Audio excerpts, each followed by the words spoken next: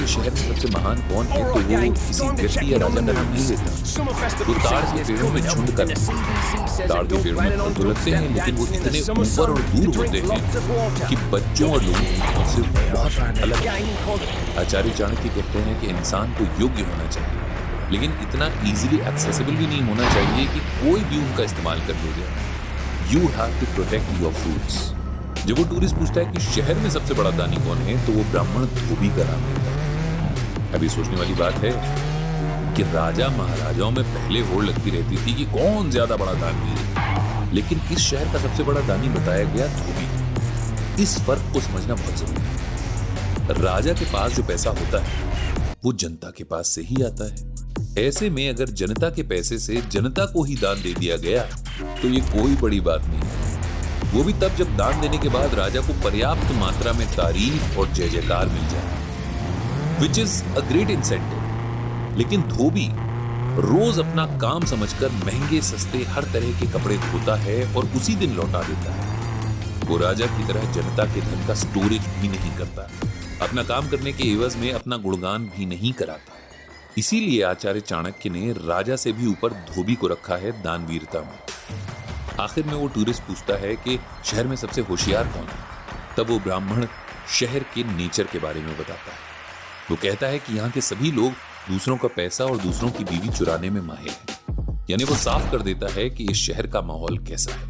यहाँ किसी पर भी भरोसा करना खतरे से खाली नहीं। लेकिन अंतिम सवाल में इस श्लोक का सार है। टूरिस्ट पूछता है कि जब इस शहर में ऐसे लोग बसते हैं तो तुम कैसे सरवाइव करोगे? तब ब्राह्मण कहता है कि वो विष से पैदा हुआ वो कीड़ा है जो विष के असर से बच निकलता है। जहरीले माहौल में रहकर भी खुद को टॉक्सिक न बनने देने का फॉर्मूला है। ये मानिए कि आपने अपना काम स्टार्ट ही किया है और आपको ऐसे लोग मिल गए जो नेगेटिविटी फैलाने वाले, डिस्करेज करने वाले हैं और आपको पीछे खींचने की प्लानिंग करने वाले हैं। तब ज्यादातर लोग गिव अप के बारे में सोचते हैं या जगह बदलने की कोशिश करते हैं। लेकिन आपको उसी ब्राह्मण की तरह इन टॉक्सिक लोगों के बीच रहते हुए भी अपने काम पर ध्यान देना है और खुद को सेल्फ मोटिवेट करते रहना है, क्योंकि आइडियल माहौल और परफेक्ट टीम जैसा कुछ होता नहीं है। अगर आप इसका इंतजार करते रहे तो सारी लाइफ बीत जाएगी, लेकिन आप अपना काम स्टार्ट नहीं कर पाएंगे। इसीलिए अपने आप को ऐसा बनाइए कि कॉस्मोस का आप पर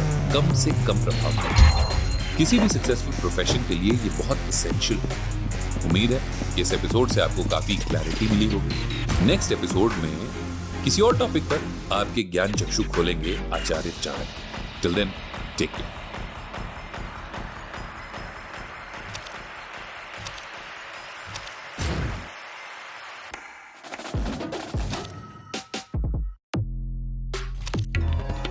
आप सुन रहे हैं चाणक्य नीति सिर्फ कुकू FM पर। Hello friends, welcome back to the majestic world of Acharya Vishnugupta Chanakya. पिछले एपिसोड के बाद आपके कई सारे मैसेजेस और डीएम्स आए। आप में से कई ने कहा कि मैं उन लोगों की भी बात करूं जो करियर में और लाइफ में एक जगह स्टक हो गए, इंस्पिरेशन के लिए मोटिवेशनल वीडियोस देख देख कर थक गए, लेकिन ऑफिस या उसके आसपास का माहौल इतना डिप्रेसिंग है कि ये उनकी एनर्जी को बिल्कुल ड्रेन कर देता है। I know, I get your feeling. मैंने भी अपनी सेकंड जॉब में ऐसा ही फील किया था। अचानक से I landed in an office जहां मेन काम था पॉलिटिक्स, बाकी सारे काम साइड डिशेस की तरह थे। मैं नया था और ऑफिस पॉलिटिक्स के दांव पेच समझता नहीं था, तो मेरे initial 6 months were like hell.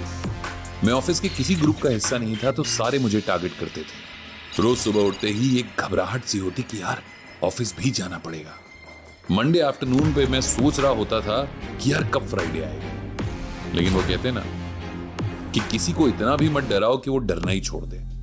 One fine day I decided कि ऐसी जिल्लत भरी नौकरी से अच्छा है जॉबलेस हो जाऊं, कोई और जॉब ढूंढूं। बस ऐसा सोचते ही ऑफिस का माहौल मेरे लिए बदल गया। मैंने उन बकवासों का जवाब देना शुरू कर दिया जिसे मैं इग्नोर कर देता था या सुनकर चुप रह जाता था। मैंने बदतमीज लोगों से एक लेवल ऊपर जाकर बदतमीजी की, लेकिन तमीज के दायरे में। You don't have to break any protocol of the office. मैंने लोगों को 4 दिन जवाब दिया और सारे मेरे लिए अचानक से बहुत अच्छे हो गए। No one was messing around them. फिर अगले 6 months उस ऑफिस में मैंने ऐसे काटे जैसे I was a king in the jungle. इस इंसिडेंट ने मुझे करियर के इनिशियल फेज में ही सिखा दिया था कि ऑफिस बुलिंग या गलत बिहेवियर को हम टॉलरेट करके उसको बढ़ावा देते हैं। जिस दिन हमने रिटेलिएट कर दिया उसी दिन ऑफिस बुलिंग का सिलसिला खत्म हो जाता है, वो चेन टूट जाती है। आज मैं ऐसे ही लोगों पर ज्यादा फोकस करूंगा जो ऐसे ही किसी माहौल में कैद हैं और फ्रस्ट्रेट हैं। आप सोच रहे होंगे मैं कौन? अगर आपने अभी ट्यून इन किया है तो ये जानिए कि मैं हूं एजे। आज आपको कोई और नहीं, स्वयं आचार्य विष्णुगुप्त चाणक्य ऐसे ट्रिक्स बताएंगे कि आपके लिए ऑफिस की टुच्ची पॉलिटिक्स बाएं हाथ का खेल हो जाए। आपको थोड़ा विजनरी और साहसी होना है बस, बाकी आचार्य चाणक्य विल हैंडल एवरीथिंग। आप बस एक डिसिप्लिन स्टूडेंट की तरह उनकी बातों को फॉलो करें। वैसे हर बात की शिकायत भी नहीं करनी है। सबसे पहले खुद को जज करना चाहिए कि क्या मैं जेन्युइन प्रॉब्लम्स की वजह से परेशान हूं या फिर यूं ही, क्योंकि कई बार लोगों को क्रिप करने की आदत हो जाती है और लोगों का नेचर ही कंप्लेनिंग हो जाता है। ये करियर के इनिशियल फेज में तो बहुत होता है। इसीलिए लाइफ में एक बात हमेशा याद रखिए कि जब लहरों का उफान उठता है ना, वेव्स आती हैं समुद्र किनारे, तब विजन ब्लर हो जाता है। समुद्र को दूर तक देखना है तो पानी के शांत होने का इंतजार करना होगा। इसीलिए कभी इंपल्सिव होकर कोई डिसीजन नहीं लेना है। काष्ठम कल्पतरुः सुमेरुर्चलश् चिंतामणिः प्रस्तरः सूर्यस् तीव्रकरः शशि क्षयकरः क्षारो हि वारान्निधि कामो नष्ट तनु बलिर्दिति सुतो नित्यं पशुः कामगौ नैतांस्ते तुल्यामी भो रघुपते कस्योपमा दीयते। इस श्लोक का मीनिंग है कि सबकी कामनाओं को पूरा करने वाला कल्पवृक्ष एक लकड़ी है, सुमेरु एक पर्वत है, चिंताओं को दूर करने वाली चिंतामणि एक पत्थर है, सूर्य भयंकर रूप से प्रचंड किरणों वाला है, चंद्रमा की कलाएं क्षीण होती रहती हैं, समुद्र का पानी खारा है, कामदेव का कोई शरीर नहीं है, दानवीर बलि एक दैत्य है, कामधेनु यानी सबकी इच्छाएं पूरी करने वाली गाय एक पशु है। चाणक्य आगे कहते हैं कि भगवान राम की तुलना इनमें से किसी के साथ नहीं की जा सकती, यानी भगवान अतुलनीय है।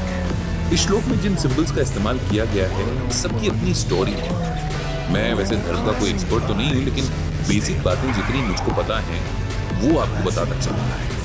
एक बार आपने इसको बाय हार्ट समझ लिया, आई प्रॉमिस आप शिकायत करना छोड़। तो क्या कहते हैं आचार्य विष्णुगुप्त चाणक्य इस श्लोक? तो कहते हैं कल्पवृक्ष, जिसके बारे में माना जाता है कि वो इंसान की सारी विशेष को पूरी कर सकता है, वो भी क्या है? लकड़ी ही तो है। सुमेरु पर्वत की भी बहुत महिमा है अपने धार्मिक टेक्स्ट में, लेकिन वो भी है तो पत्थर ही। पत्थर से ही आफ्टर ऑल पहाड़ बनता है। ऐसे ही एक मणि की कहानी है जो चिंताओं को दूर कर देती है। इस मणि को चिंतामणि। आचार्य चाणक्य कहते हैं कि अल्टीमेटली ये मणि भी तो पत्थर ही है, भले ही कितना भी चमकीला और गुणों से भरपूर है। सूर्य की पूजा होती है लेकिन गर्मियों में इसकी किरणें बर्दाश्त से बाहर हो जाती हैं। चांद का साइज कम होता रहता है और अमावस्या को तो वो गायब ही हो जाता है। समुद्र में इतना पानी है लेकिन एक गिलास पानी उसका पिया नहीं जा सकता।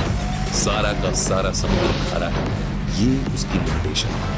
इसी तरह आपने नोटिस किया होगा जब पंडित जी हाथ में रक्षा सूत्र बांधते हैं तो कहते हैं दान बंधु बलिर राजा। आगे तो मुझको नहीं पता।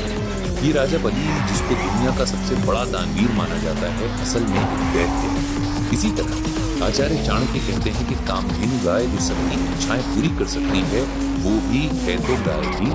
श्लोक के अंत में आचार्य चाणक्य कहते हैं कि भगवान की तुलना इनमें से किसी के साथ नहीं हो सकती। भले ही ये सब जिनका जिक्र श्लोक में हुआ है इनकी बहुत महिमा है, लेकिन भगवान अनपैरेलल्ड है, उनको कंपेयर ही नहीं कर सकते। भगवान के बाद जो चीजें हैं दुनिया में उनकी लिमिटेशंस इस श्लोक में बता दी गई। मतलब समझे? अच्छा नहीं, कुछ लोग अभी भी नहीं समझे, काफी लोग तो समझ गए। चलिए मैं क्लियर कर देता हूँ लोगों। आचार्य चाणक्य इस श्लोक में कहते हैं कि दुनिया में परफेक्ट कुछ नहीं है, भगवान के अलावा। तो अगर आपको इस दुनिया में काम करना है तो ये एक्सेप्ट करना होगा कि सब में कमी है, सबकी लिमिटेशंस हैं, आपकी। इसीलिए शिकायत करने के बजाय वे आउट निकालें, या फिर भगवान का ही इंतजार करिए कि वही आपकी टीम में आकर काम करें। सो बी प्रैक्टिकल, फ्लेक्सिबल, आदमी इन प्रोग्रेस है ऑलवेज। उम्मीद है कि इस कहानी के